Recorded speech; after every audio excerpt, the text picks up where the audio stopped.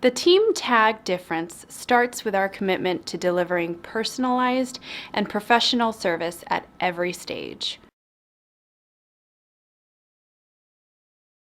So thanks again, Leilani, and it's been a pleasure working with the tag group here, doing some installations. And so today my goal would be to hopefully give those of you watching a good rounded idea of what property management can do for you.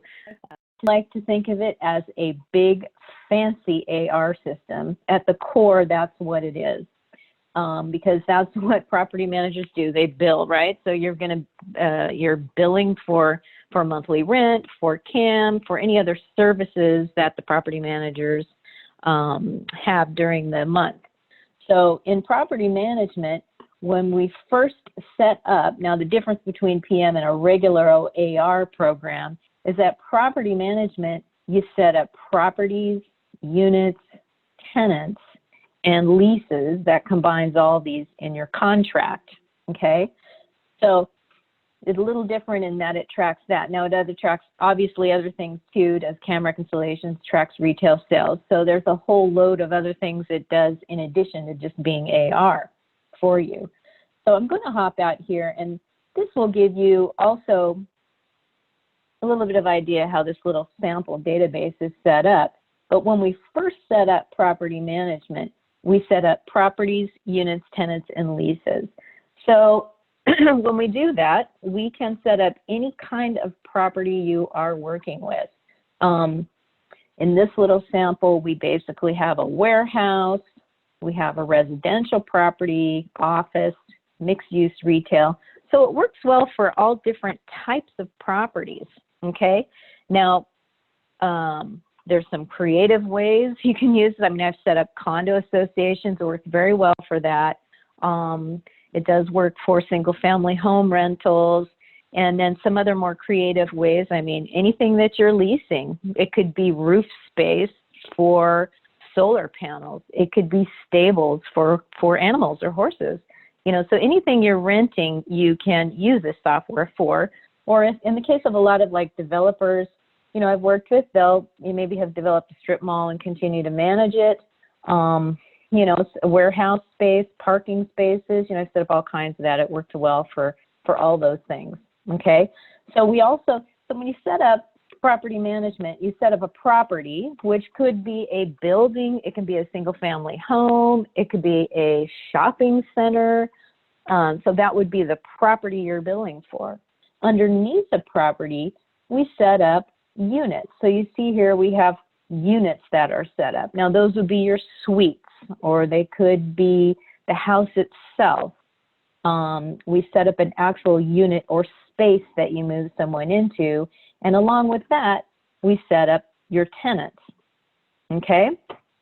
This is a little tool we use for reporting called inquiry. So I'm using that to give you an idea of this particular little sample database that we're using, okay? Along with the setup of the property, we store general ledger information. So you'll be able to do all of the proper accounting for your properties. If you want to have a balance sheet and a P&L for all your properties, you can do that. If you want a consolidated balance sheet and a P&L. So it works with the entire flexibility of the Sage GL, which, as Leilani mentioned, is very robust, and all of the accounting will be set up for you on the properties, okay? So just kind of wandering through this a little bit, again, the first thing we do is run through setup. Now, there will be other things that you'll set up other than property units and tenants. And those things would be just basic billing codes, things like charge types, and those would be things that you're billing for on a monthly basis and the revenue and receivable accounts associated with those. So we set up all of those basic things that you do for your properties. Taxes, we set up how it calculates taxes. Then on a monthly basis, you will do tasks. And I might add, by the way, that this menu is the same in all of the Sage applications. So there's a lot of continuity. You do setup and you do monthly tasks. And then in addition to that, the heart of what you want to get out of it would be in inquiries and reports. Okay, so just like the other applications, you get into setup, and then for your monthly workflow, you would be in the tasks area of the software. Okay, so one of the things in the tasks area that we also do in setup would be to manage your leases. So what you do normally is you would set up a properties and units, and then the lease is what brings together the whole contract. It's your contract with the tenant. So we try to set the software up the way you do business. You may have a lease that has one tenant with a regular unit and a storage unit. You may have a lease that has, 3 tenants on it in one unit. So we configure all of your leases, or what we call contracts, with your tenants the way that you have them set up. And we do that in this managed lease area, which we'll go into in a moment. So in this area, we have start and terminate lease, and then ways to change your leases. But the other items that you would do on, say, for example, a monthly basis, we would do all of the things you do normally. And number one would be to create charges. So on a monthly basis, you generate a rent roll. You generate late fees. You would go in and maybe enter a miscellaneous entry, a charge that is not a normal recurring charge, and you have the ability to change entries, okay? The other things you would do on a monthly basis would be entering cash receipts. So you do your billing and you post your payments. Now we do also have the ability to import cash receipts. A lot of people like to do that. So that's available. And then the other things you would do would be, say, return checks, posting return checks and return checks fees, refunding and applying deposits and associated credits. And the other thing that we handle are recoveries and escalations.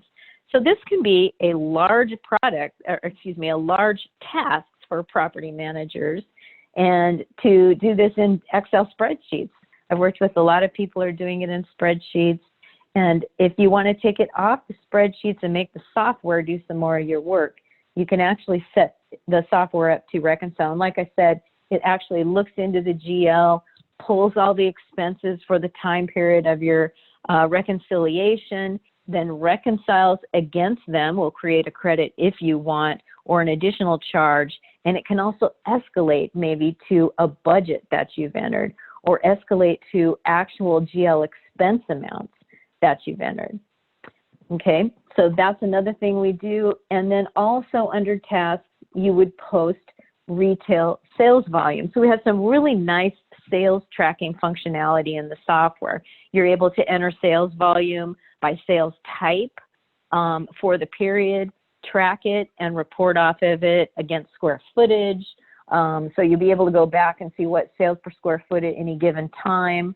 And so it's a real good tool if you are a retail sales manager, or maybe you have a strip mall with retail or a hotel with retail in the bottom, that kind of thing. So retail is a great feature.